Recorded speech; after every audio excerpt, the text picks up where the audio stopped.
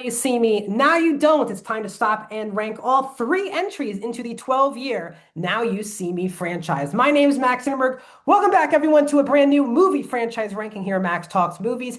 If you're new, guys, please hit that subscribe button and ring that bell for notifications. I talk movies, TV shows, and really all things entertainment, including awards season and box office. So if you're new, guys, please hit that subscribe button. I'm trying to get to 400 subscribers to start 2026. So please hit that subscribe button and ring that bell. Comment down below. What is your ranking of the Now You See Me franchise? I'd love to hear if it's just my ranking. I'd love to hear your ranking down below. And are you excited for a possible fourth film? And also, guys, please hit that thumbs up button. So without further ado, guys, I'll say this. I grew up with this franchise. I've seen all three movies in theaters. The first two films, man, I've seen a billion times. They're very rewatchable movies for me. So obviously the third one will add into that once it hits digital. So I'm excited to talk, especially the first two Now You See Me films for the first time here on this ranking. So without further ado, guys, let's get started with number three. And number three for me on this list is Now You See Me 2.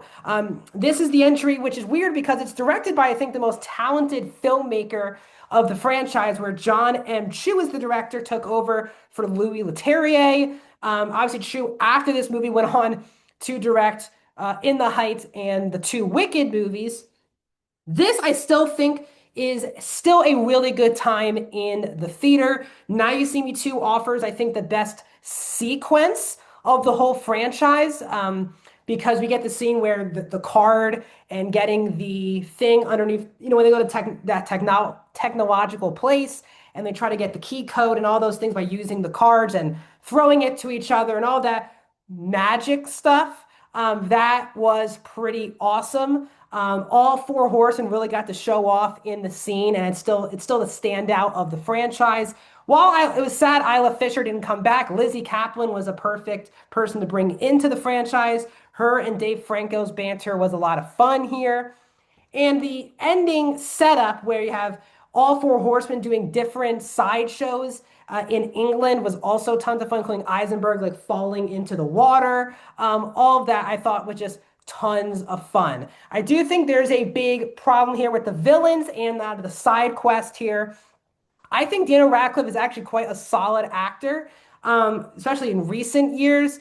But his being just the son of Michael Caine's character, him getting revenge for what happened in the first film, I just don't think is that interesting of a villain, because it doesn't, for his perspective, just doesn't have enough personal interest into the group. Because more Michael Caine's looking for revenge, that would make more sense. But here it's Radcliffe kind of running the show. It's a very over-the-top cartoonish performance. I just didn't think it totally works.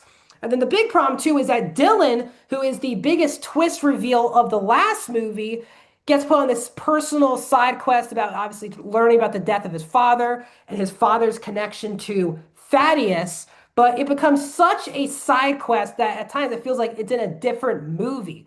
Because the central focus is the four horsemen going up against Daniel Radcliffe and Michael Caine's character. But then it becomes more in bits and pieces with Ruffalo and Morgan Freeman. And that part never has worked for me in this movie. Ruffalo and Morgan Freeman are great actors. And I think in this story, it makes sense to include it.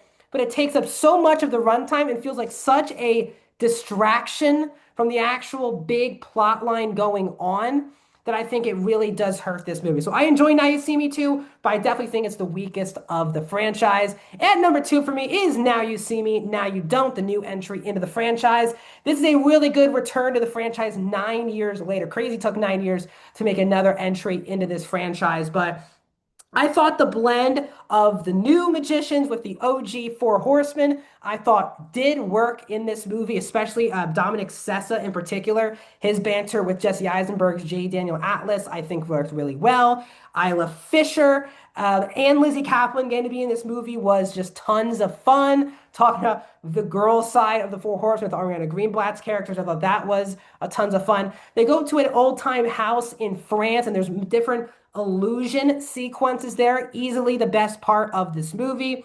Rosamund Pike hamming it up in a very fun, cartoonish, villainous role. And she is obviously someone you want to see taken down throughout the entire film. And just being back in the world was honestly a breath of fresh air. I do miss seeing these movies in theaters over a decade ago.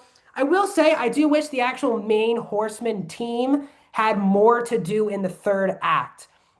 As the movie kind of goes on, it feels like the Horsemen and the new group of magicians are on the same path. But then there's a point where it just feels like the four horsemen are kind of doing their own thing, and the main story completely shifts to the young group. And while I enjoy the new crop of characters this franchise introduced, I still think it's so important to keep the main group the main focus. And they kind of became a distraction to the ultimate big reveal that happens in the third act of the movie. So I do think it's the least interesting plot-wise the main four horsemen are in this franchise. They're still kind of the leads, but they don't feel as valuable or important as they should be in a proper sequel. And I also think Morgan Freeman, his character, could have added a little bit more to the movie. Just felt like Morgan Freeman was cashing in the paycheck more than Thaddeus being a more essential part of the movie.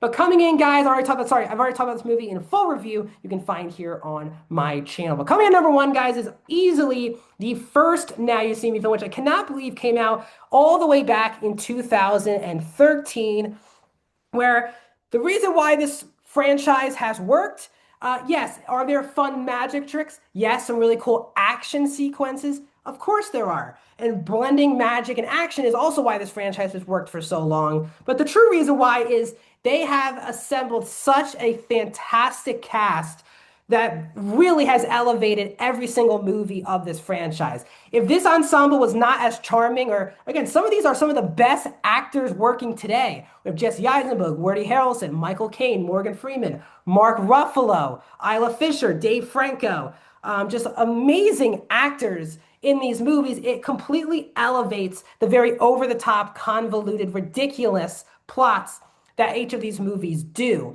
Now, I think obviously this movie feels a lot fresher than the other films. I also like the fact where the cops are investigating the four horsemen. They're doing these deeds. Seems like they're robbing people, but are they doing it for the right reasons? What are they trying to expose? The rest of the films go for mystery and a big twist reveal ending, not just about the trick, but the actual story.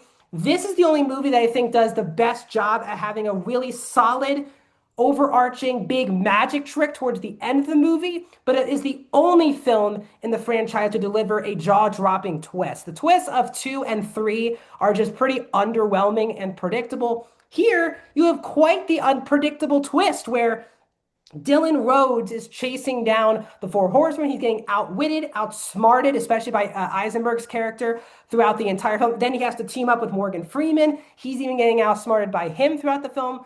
You feel like they're maybe setting up the fact that Alma, who's also a really cool character played by Melanie Laurent, could be a member or secretly a part of this group because there's a missing member of the Horsemen. And then you learn that it was Dylan the whole time. Not just did he outsmart the Horseman, of course, and his own partner, but he outsmarted Thaddeus. And that reveal where he magically gets out of the prison with Thaddeus and it reveals who he truly is at the very end. It's such a satisfying ending.